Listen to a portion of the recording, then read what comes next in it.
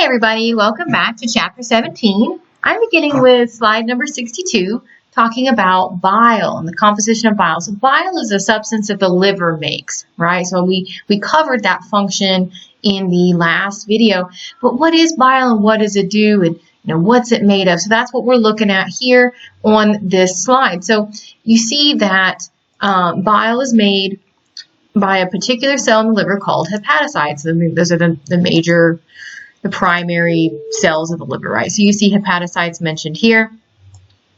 And the components of bile include water, bile salts, bile pigments, and this should ring a bell because we've talked about these before. Look, bilirubin and biliverdin. So you guys hopefully, have a little bell going off in your mind, thinking about when we talked about red blood cell destruction and how when you have heme from the hemoglobin, the heme is broken down into iron and biliverdin. Some of that biliverdin gets converted into bilirubin, and both biliverdin and bilirubin end up getting put into the bile by the liver, right? So you can see here it even says derived from hemoglobin. Now, cholesterol and electrolytes. So all of these things are going to be present in the bile. The functional part of bile, the part that's actually being used for fat breakdown, because that's what bile does, help you break down fats, are these bile salts. Okay, so the bile salts. Now, they are produced from cholesterol. So you see, we mentioned cholesterol is in here, but cholesterol is used to make those bile salts. And bile salts are going to, like I said, help us break down fats. And the word that I want you to get comfortable with is this word emulsify. So you see emulsify right here. Okay. Now, to emulsify something means that you're taking something that is nonpolar, and therefore it doesn't, separate or dissolve in polar substances like water, and you're making it dissolve. You're making it come apart in a polar, watery environment. That's emulsification. And you can see here I put kind of like a little definition: mixing a nonpolar and polar substance, breaking apart the nonpolar substance in a watery environment. Think about washing dishes. I know this is kind of a non-biological example, but if you're washing a pan that you use to cook bacon in, think about all the bacon grease. That's fat, right? You've got fatty substance there in that pan. It's hard to get that grease off if you're just trying to slosh it around in water, right? So if you've got water there and nothing else, it's going to kind of smear the grease around. It's not going to come off very easily. That's why you add the soap. I mean, granted, we want to wash things with soap anyway, but just think about how if it was something else, it might rinse off a little bit better than the fat, right? So the fat is hard. It's really hard to get off. Think about oil and water not mixing, okay? So that's where, again, the soap comes in. Your soaps and detergents are emulsifiers. They help you get greasy things, non-polar greasy things, off of your pots and pans and out of your clothes, although sometimes grease does not want to come out of your clothes, but you get the idea. So the bile salts are emulsifiers. They are going to help break lipids apart in the watery environment that those fats are kind of moving around through, right? So bile salts are actually the only bile component that has a digestive function. So that's really an interesting point. So even though biliverdin and bilirubin are in the bile, they really don't do any functional thing besides provide. I mean, they provide pigment, but they don't. They're not breaking anything down. Okay. All right. So here I've got a little slide about hepatitis. Now, whenever you see itis, you should automatically think inflammation. That's what itis means. And then whenever you see hepa, that should make you think liver. So think about how we talked about the liver cells being called hepatocytes, right? So you can see this HEP is a prefix used to talk about the liver. So hepatitis is inflammation of the liver. Okay, makes sense. Now, what causes this, and are there different types? Well, there are lots of different types actually, and they are going to vary in how severe they are. They're going to vary in if they kind of are slow to progress versus progress very quickly.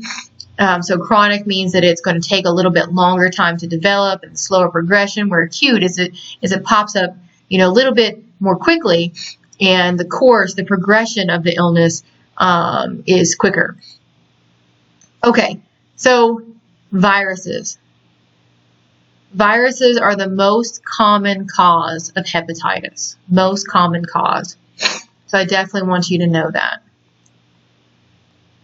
Most people, well, not most people. Some people have symptoms, some people do not. So this is there. We do have incidences of, we have some silent, kind of silent conditions where you don't even really know that you have it. But that doesn't mean that they can't spread it. They certainly can still spread it. So you can see here they can still be carriers. Some forms are bloodborne.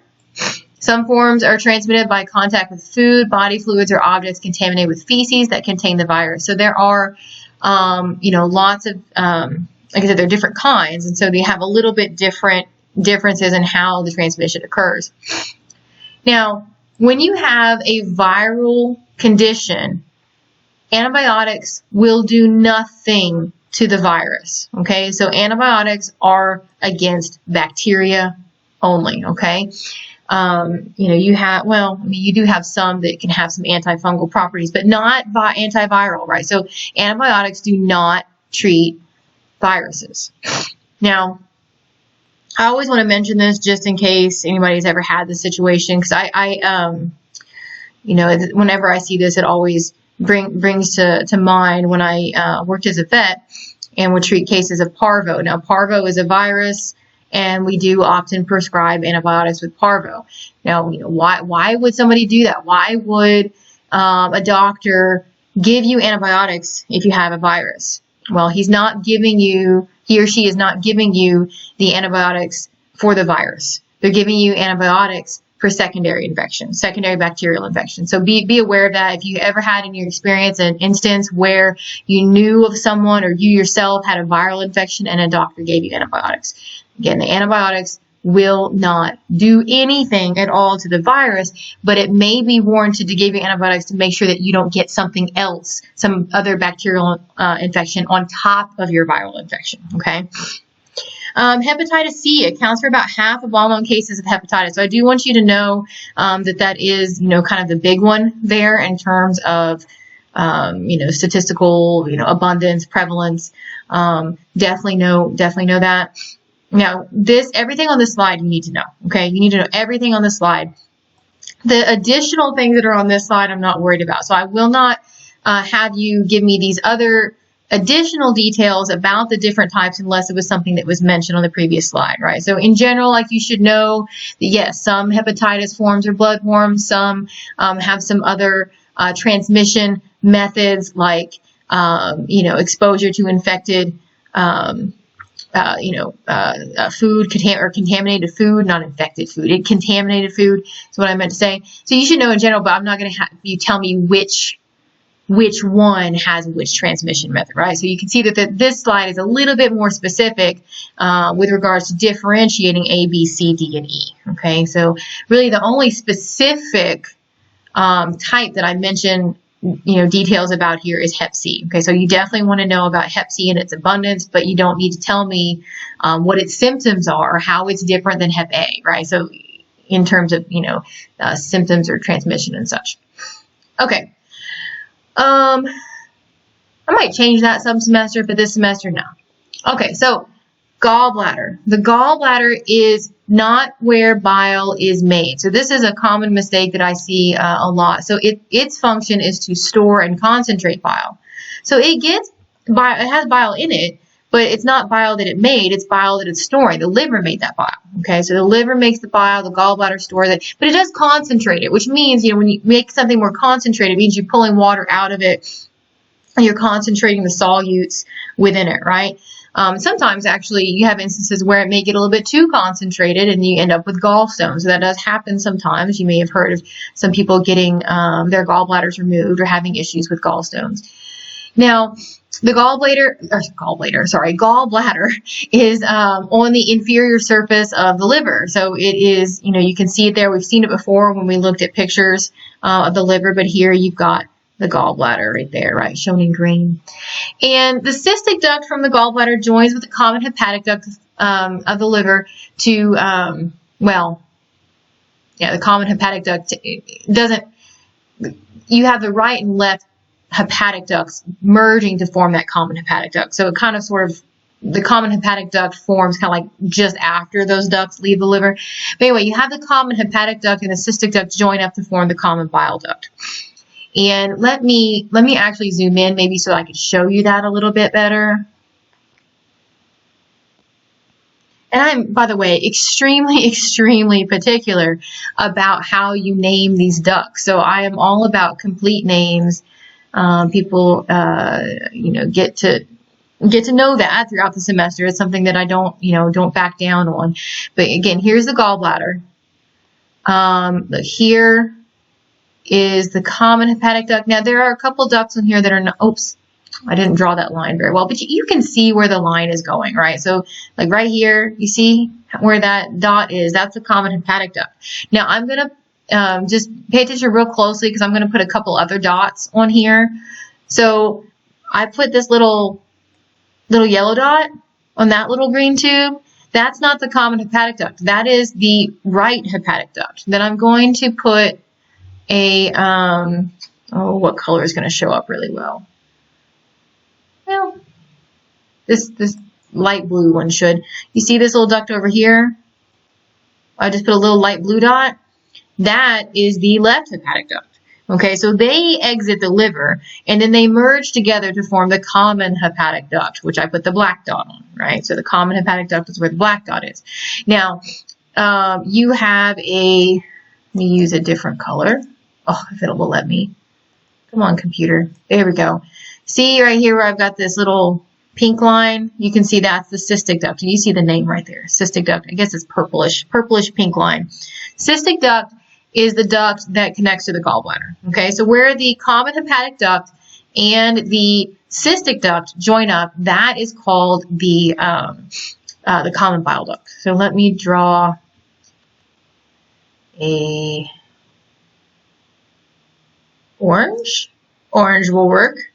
Right there. Common bile duct. Okay.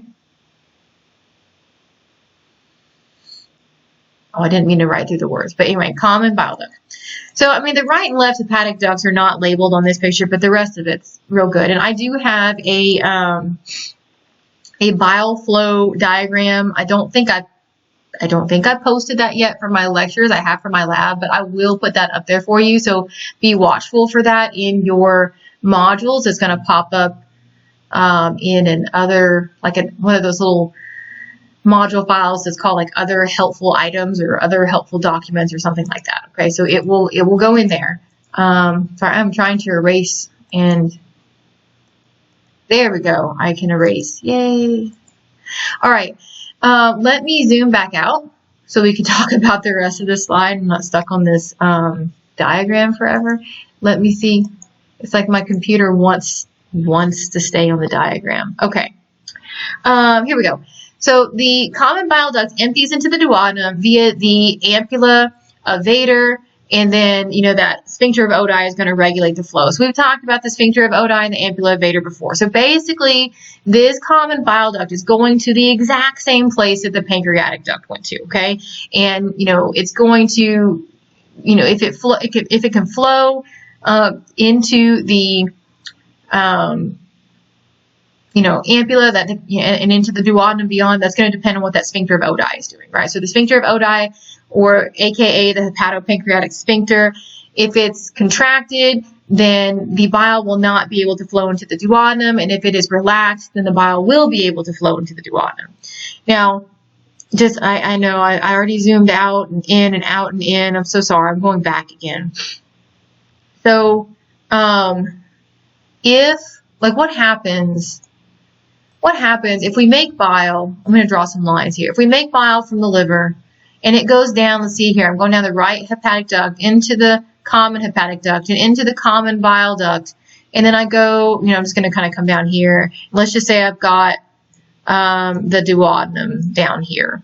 I didn't quite draw that exactly in the right spot, but you get the idea. So let's just say I've got the duodenum right there. But let's just say that that sphincter of Oddi is closed. So I'm going to draw an X right here. Let's just say it's closed. What happens? Does the bile just like sit there in the common bile duct and wait, or what happens? Bile will actually kind of backtrack and go up that common bile duct, back up into the cystic duct here, and then into the gallbladder for storage. So that's how the bile gets into the gallbladder for storage. So pretty neat. And for those of you who are wondering, because it's a reasonable question to think about, is what happens then when you get your gallbladder removed? Well, we can live without our gallbladder. So you can still make bile. This is another good way, by the way, to remember that the gallbladder doesn't make bile, because if the gallbladder was the producer of bile, then individuals who have had their gallbladder removed wouldn't be able to make it, right? But they can. But they can't store it. They can't store it. So, and I've my aunt, she had her gallbladder removed, and I didn't really talk to her about the post-operative details, although I have talked to some folks about it. And you do have to alter what your fat intake is like after you've had your gallbladder removed, because you don't have that storage capacity for bile. So you will see a little bit of probably some dietary advice from your doctor post gallbladder removal. Okay. So here, gallstones. I mentioned this before. So the gallbladder normally concentrates bile salts, bile pigments, and cholesterol. And sometimes, though, you're going to get cholesterol precipitate out. Now, precipitation, we kind of think of that in terms of weather. This is different. When you're talking about this in the chemistry sense, precipitation means to have a solid form out of a liquid. So you've got this liquidy bile, and yet sometimes the cholesterol will make solid crystals. The cholesterol will come out as solid crystals within that liquid. And then if they get larger, they can form the stones, right? So crystals can enlarge, forming gallstones. Causes, there are a few causes here. So maybe we concentrated the bile too much. I know I mentioned that before. But also, remember, the liver makes cholesterol. So perhaps we're just simply making too much cholesterol, putting too much cholesterol into that bile. So there could be some liver issues there. And then also inflammation of the gallbladder, which is called cholecystitis. So inflammation of the gallbladder can definitely lead to the formation of gallstones as well.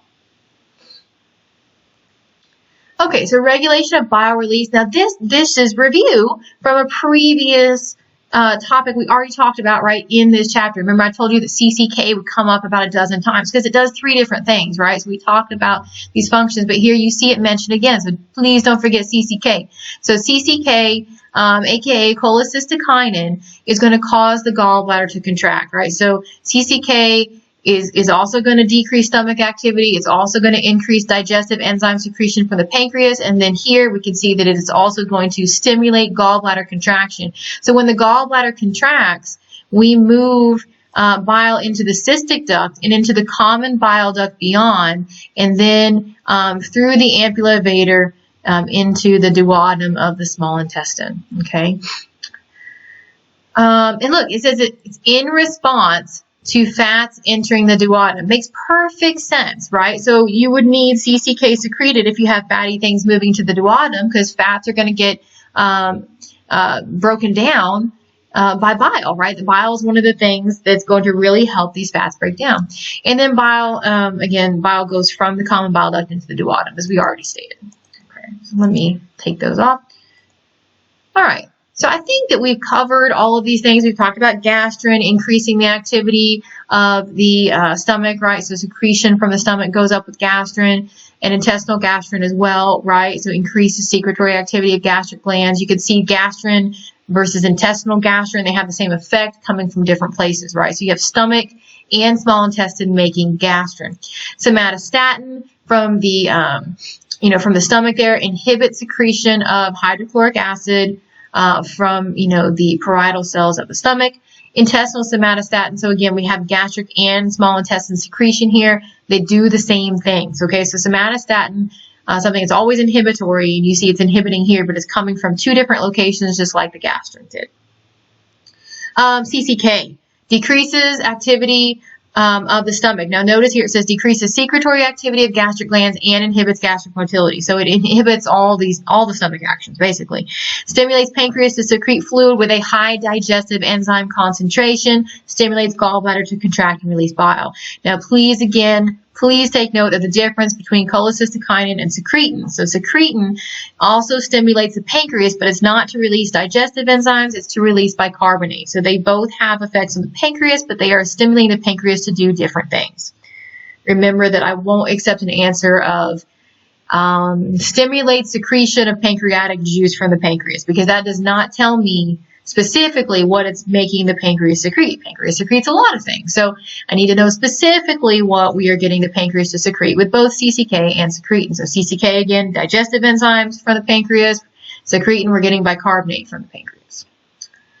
Okay, bile salts. So this is an interesting discussion. So bile salts are very interesting. In fact, I think emulsifying agents are just very interesting in general. It's very, a logical, very neat chemistry thing going on here. So again, emulsification, taking something that's non-polar and getting it to break apart in a polar environment. So we're going to break up large fat globules into smaller droplets, like a soap or detergent does. I know I used that example earlier. Aids in fat digestion by increasing surface area accessible to the enzyme lipase. So you're going to see that bile salts and lipase sort of work together a little bit here.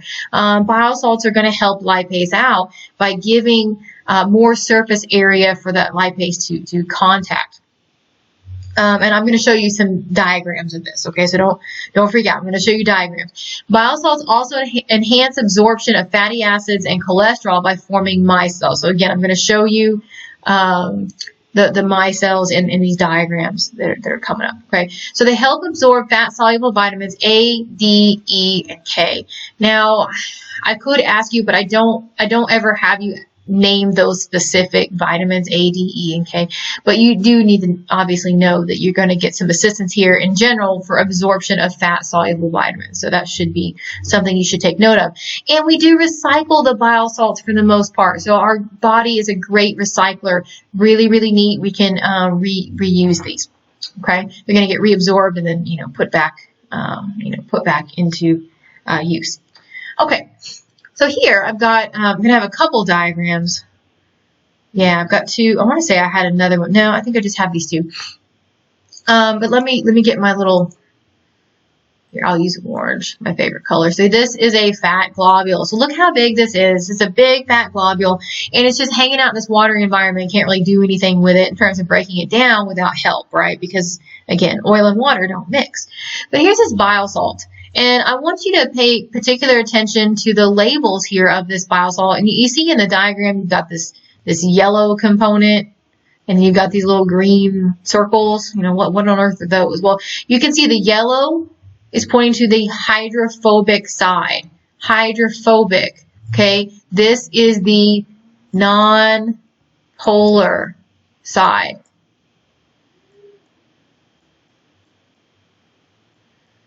Okay, and then the green, that is the hydrophilic side. So this is the polar side. I suppose it doesn't matter to me if you use the term polar or hydrophilic or then non-polar and hydrophobic.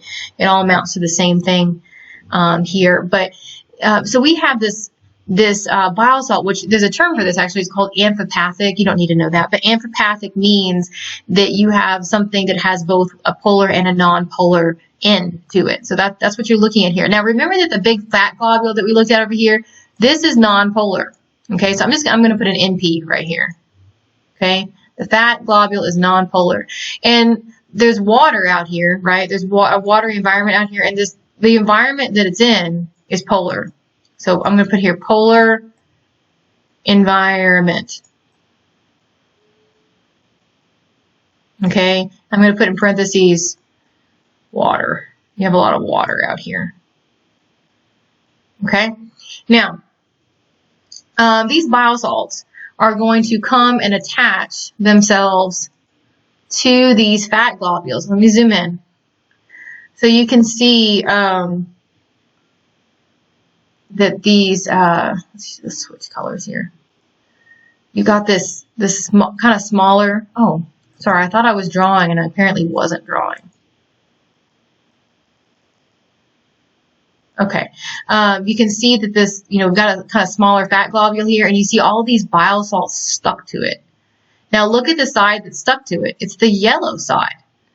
Makes sense, right? Because the fat is nonpolar, and the yellow side is nonpolar. And when it comes to polar and nonpolar, like attracts like. So you have nonpolar with nonpolar is what I'm saying. Nonpolar with nonpolar. So the nonpolar end of the bile salt is attracted to the nonpolar fat globule. And then look at here, like out here I've got the water. I've got this polar environment. I'm going to put it out here H2O. And H2O is polar, hence these hydrophilic or polar sides are going to be facing where that water is, right? And so each side is oriented towards like. So the hydrophobic nonpolar part of the bile salt is stuck to the nonpolar fat. And the polar part of the bile salt is, bound to the polar water that's around it. And so the water will kind of pull on these bile salts, pull these bile salts off, and the bile salts are going to take, pieces of the fat with them. So you see here that we've got now even smaller droplets. We're breaking this big fat globule into just smaller and smaller droplets. So, when do we have more surface area? When we have one big fat globule, like we do over here on this side, like here's one big fat globule, or if we have a whole ton of little tiny fat globules. You have more surface area if you have a whole bunch of smaller fat globules, right? So now lipase has a better chance of getting access, to these fat globules because they're small. Now they're small, right? So they have much more surface area to work with to get those fats broken down. I'm sorry, I'm erasing some of my letters here. I'll just leave the rest of that up here.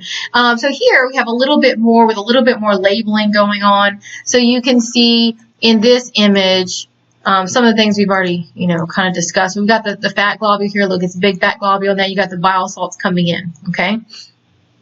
And you can see that you've got now smaller droplets with bile salts stuck to them because we're getting these broken down, like the water's pulling on the polar part of the bile salt and kind of yanking it off, breaking off chunks of fat globule with it because the fat is stuck to the nonpolar side of the bile salt. So we're just breaking this apart. And then we allow lipases access because of all, we have all this increased surface area now. So now lipases can come and work on these smaller fat globules. And in the breakdown process, we are going to have triglycerides getting broken down. So you guys remember the term triglyceride? Triglycerides are the combination of 3 fatty acids and a glycerol molecule. So that's what that's what a triglyceride is. So if you break that down, triglycerides, you are going to get glycerol and fatty acids. So this next thing here shows these free fatty acids, right? I mean, obviously, if you break down triglycerides, you're going to release those, okay? And you still see the bile salts here. But look, you're going to have these, I told you we talk about micelles. So you see micelles were mentioned back here. Where is it on here? Yeah. Okay. So notice that we can get absorption of fatty acids and cholesterol, by forming micelles. So you've got the fatty acids, cholesterol, joined up here with bile salts, and this combination here allows absorption of those fatty acids and cholesterol. Tongue-tied there for a second, or I just kind of got stuck there for a second. Cholesterol and fatty acids. I say absorption, but you see it's getting here into the epithelium of the small intestine. So, again, remembering where we are, we're the small intestine. Here's the intestinal lumen. Here we've got those simple columnar epithelial cells. So you now see that those micelles are helping the cholesterol and fatty acids get into the simple columnar epithelial cell. And then the absorption process is convoluted here, okay? So with fats, you have a much more convoluted process. And look what's going to happen.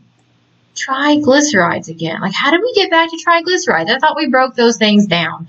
Well, it turns out that a lot of these fatty acids and fatty molecules that get into this simple columnar epithelial cell is going to end up just getting recomplexed back into a triglyceride again. So, you got smooth endoplasmic reticulum in there. You just kind of, bring these things back together and you make triglycerides all over again, which seems kind of like, man, we spent a whole lot of time, made a whole lot of stuff to break down those fats just to get them put right back together again. It's kind of a weird situation. But anyway, that's what happens. And those triglycerides are going to join up with proteins.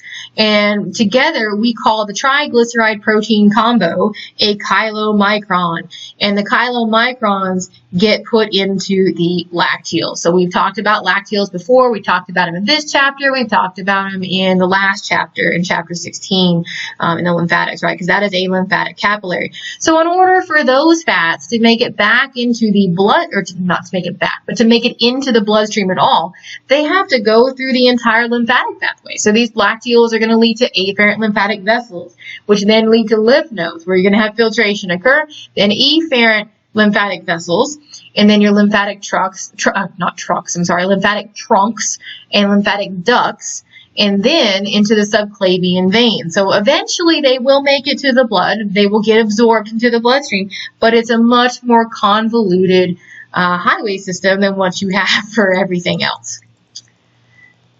Oops, there we go. Okay, so moving on to the small intestine. So the small intestine, tubular organ that extends from the pyloric sphincter to the beginning of the large intestine. So remember that pyloric sphincter regulates flow of substances from the stomach to the duodenum of the small intestine and prevents backflow of things from the duodenum back into the stomach when it's closed. Small intestine fills most of the abdominal cavity. It is quite long. Small intestine is longer than the large intestine. It just has a smaller diameter than the large intestine. So the small and large intestine you'll find are given their names based upon their diameter and not their length, okay? The small intestine, or the duodenum of the small intestine, I should say, receives chyme from the stomach and receives liver and pancreatic secretion. So recall that the duodenum specifically is getting bile, right? And it's getting bile from the common bile duct, directly, but we know that that bile originated in the liver, right? So the bile is formed by the liver. So we're getting a secretion of the liver emptied into there.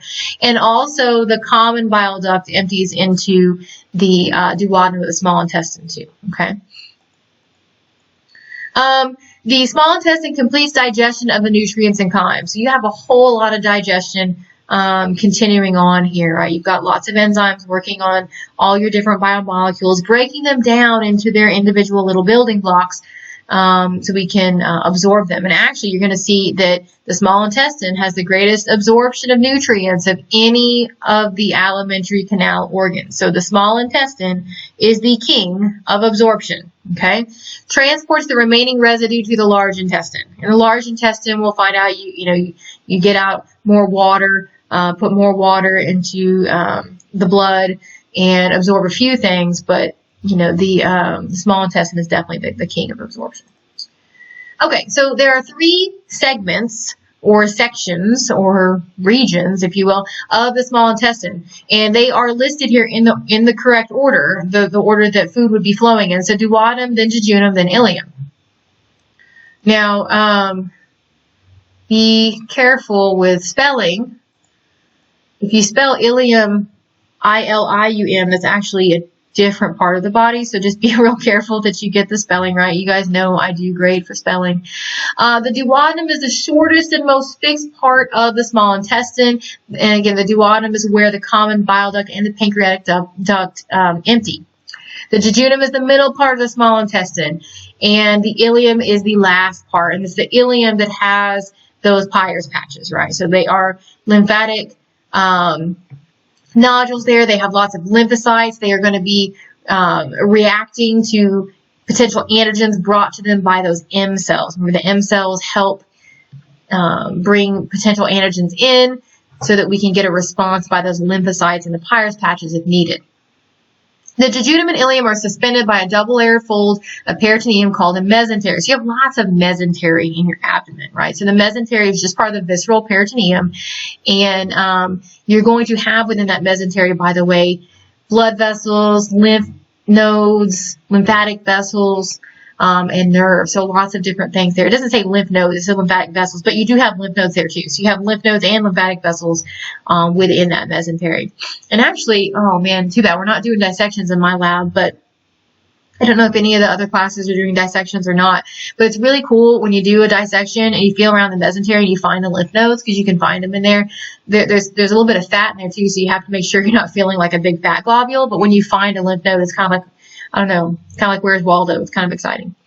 So a double-folded peritoneum called the greater omentum drapes down from the stomach over the large intestine and folds of small intestine. So you do have, if you were to do a dissection and open up that abdomen, like the first thing you should really see, I say the first thing. I mean, you see the liver too. You see the liver and then the stomach, and then kind of hanging off the stomach is this big sheet, and that sheet is called the greater omentum. And the sheet covers the large and small intestine, and it has attachments to various places besides the stomach.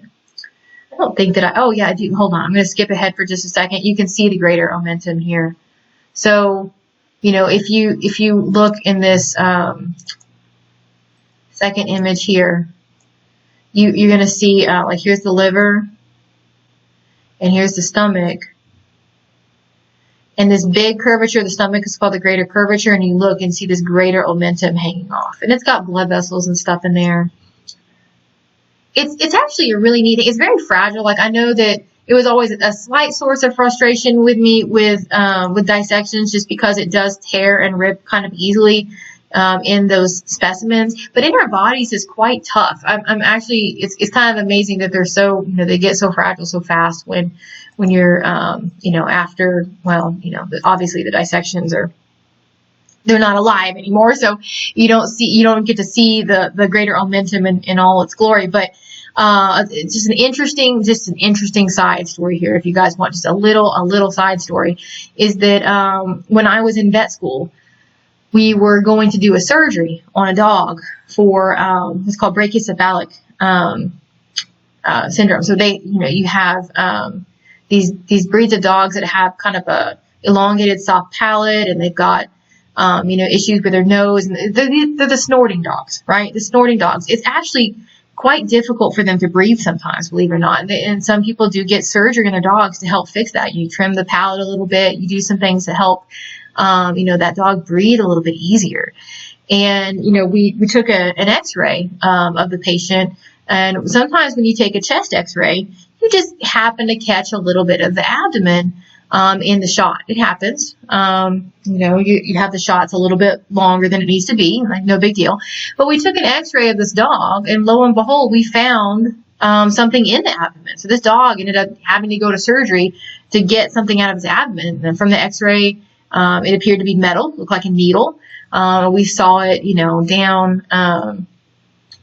down here in the abdomen somewhere. We couldn't quite figure out exactly where it was, because, you have a lot of abdominal organs kind of superimposed on each other in an x-rays. We couldn't quite figure out if it was, we thought it was in the intestines. That's where we really thought it was. So I was in the smaller, large intestine somewhere. And so, we opened this dog up, and we're running the intestines, trying to figure out where this needle is. Couldn't find it.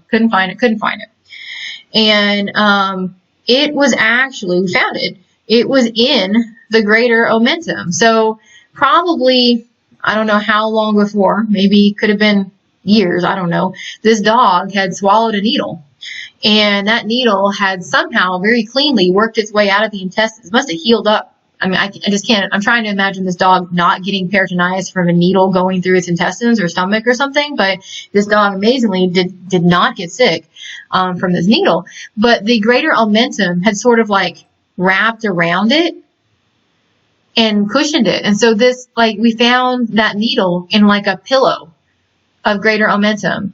And so that needle was not puncturing anything, was not really in danger of puncturing anything. So then we had to explain to the owner how we did an unnecessary abdominal surgery on their dog. But normally, you see a needle in the abdomen. I mean, obviously any doctor would have gone to try to take that out. The people were very understanding, but it was just amazing what that greater omentum did for that dog. If that greater omentum had not done that, I'm sure that needle would have caused trouble. That dog could have had, gotten things punctured, or you could have an infection, but it sealed it off. The greater omentum totally sealed off that needle.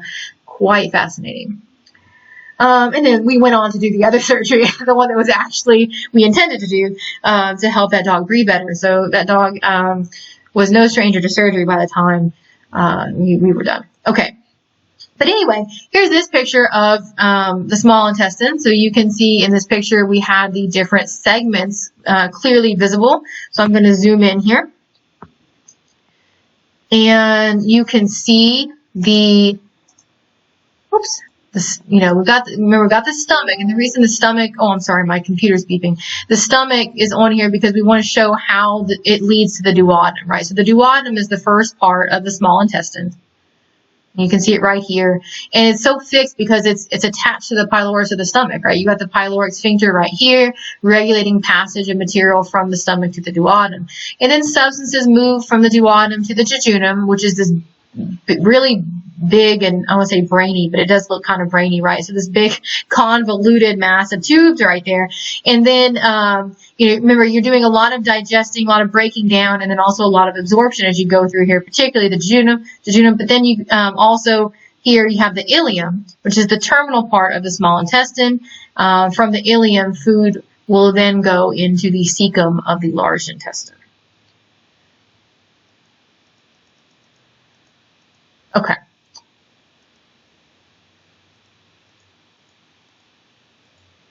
Zoom back out. There we go. And I feel like I made this video kind of long enough, so I'm going to stop here in slide 76, and I will start with small intestinal structure in the next video. Thank you very much for your attention.